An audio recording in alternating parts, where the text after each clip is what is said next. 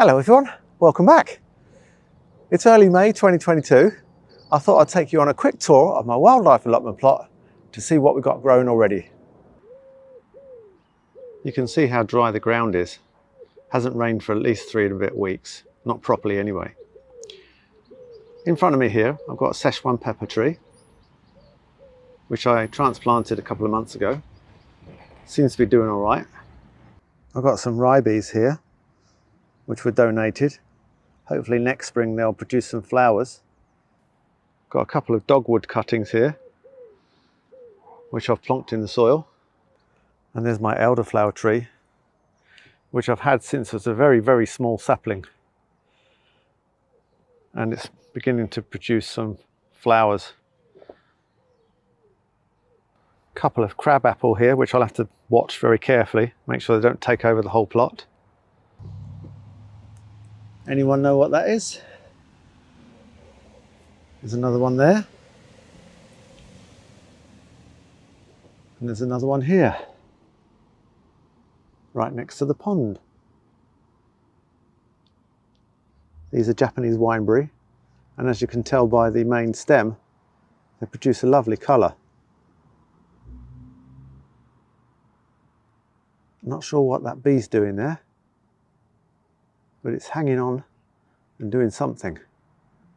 It seems to know what it's doing,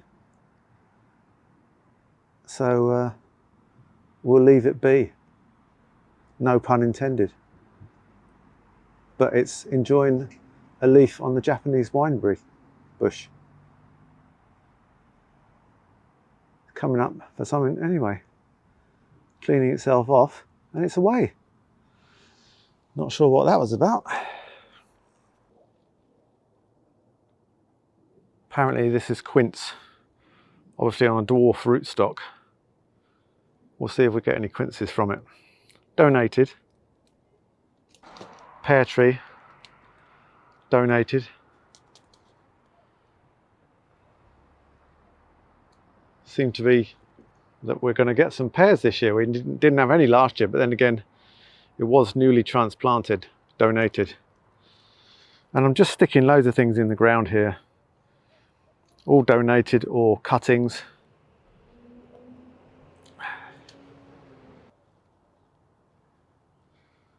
This patch underneath the back end of the plot in the woodland area, I've still got to clear a lot of it. There's still some glass up there. I'll do that this summer. We've got wild cyclamen growing down that bank, which is lovely. At the end of summer, it flowers at the end of the summer. So that's lovely. There's a few wild brambles in there as well, and the obligatory Spanish bluebells. But that's a lovely little habitat where birds can escape to, and where they can go onto the woodland floor and forage for little mites and insects and so on. Blue tits are feeding on the bird feeders. Always nice to see.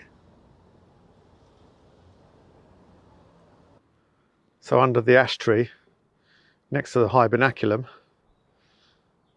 I've got my teasels, as I showed you in the last video, planted from seed, or sown from seed, transplanted last summer.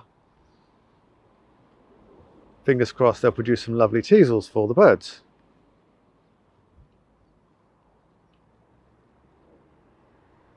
This is wild mustard growing on the top of my green grassy bank. Unfortunately, it seems to have fallen over, not being able to support itself. I don't know why. Here you can see my hornbeam hedging coming down from the top of the bank, and it's planted up along the top terraced bed.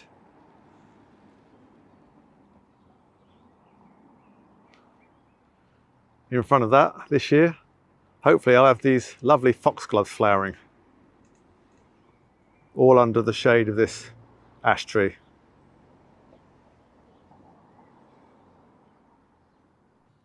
Here we've got some wild garlic mustard, which seems to be growing all the way along this bank. Some in the background as well there. It's growing freely, which is great. Apparently that's one of the favourite egg-laying plants for the orange-tipped butterflies. And there's my wild honeysuckle flowering down there. On the lower terrace bed I've got some wild geraniums, bit of wild garlic, onion, whatever it is. I've got my black currant, red currant and white currants lining the entrance to the plot.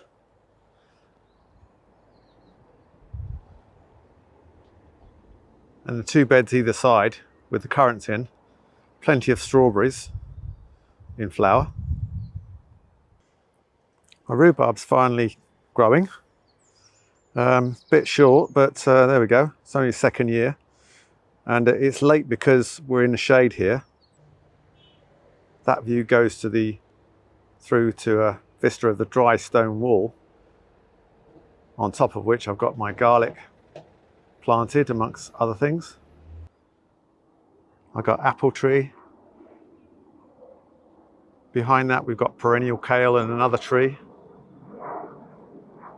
Another apple tree. In fact, this is the line for all my apple trees along here. And I've got pear trees as well. I've got lemon balm growing at the end of the path, just in front of the foxgloves. Some mints growing in the shade here on my middle terrace.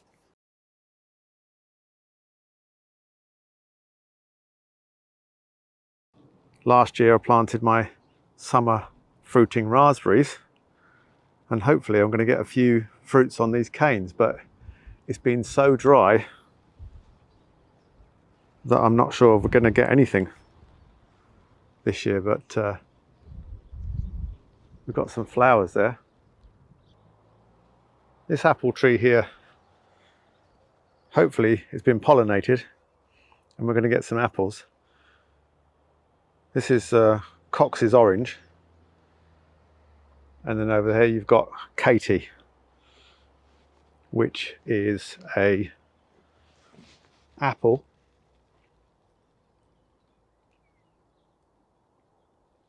A bush apple. There we go. I've got plenty of comfrey planted around the base, which I can use for chop and drop and also make some comfrey feed. These are my willow cuttings, which I'm going to use to create little archways. These are perennial sweet peas. No fragrance, of course. And next to there's the other willow. And that will form an arch over the entrance, hopefully, eventually. Well, I know you can't see it very well there from that angle, but that is a ram's horn snail. Come to the surface to see what it can find on top of the stones under the water.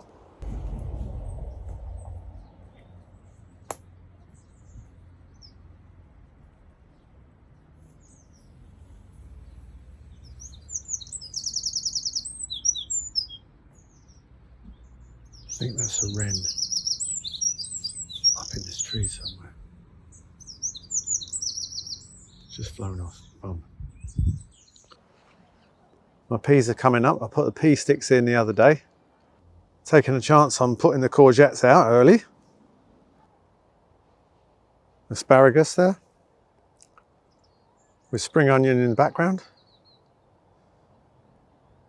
Just behind the perennial kale, I've got this quince cutting which I took, which seems to have survived in the very dry weather. I've watered it a couple of times. Seems to be surviving at the moment. Some more blackcurrant cuttings taken just underneath this donated apple tree. I've got no idea what type of apple it is. I'll have to do my research. Now, this is a pear tree, I think. Correct me if I'm wrong. But we've had no flowers off there. No flowers appearing this year. And I've got a feeling it's meant to do that. So maybe next year. Got some broad beans growing there. Here I've got leeks multi-sown. Shallots. That's the old Zabroon ones. And then red onions, I think they're Red Baron in this bed. There's my potato bed. That's my wild garlic. Tastes delicious. Some chard there. And some spring onions. And that's my little fig tree. Fingers crossed it will survive the very dry weather. I've also got a witch hazel tree there. You can just about see it in the centre of the picture now, behind that cane. I've decided to take the cover off this perennial kale. I'm going to give it a bit of a trim. One of the reasons is these little aphids. I'm going to give the ladybirds a chance to gather some of those in.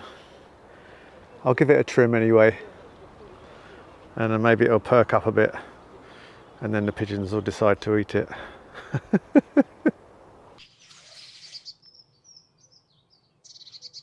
Not sure if you can hear behind me.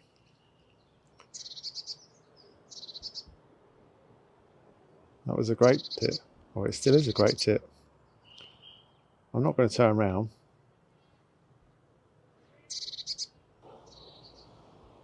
So I've given the perennial kale a good trim now. Nice clean stem. And I've taken quite a bit of growth off of it.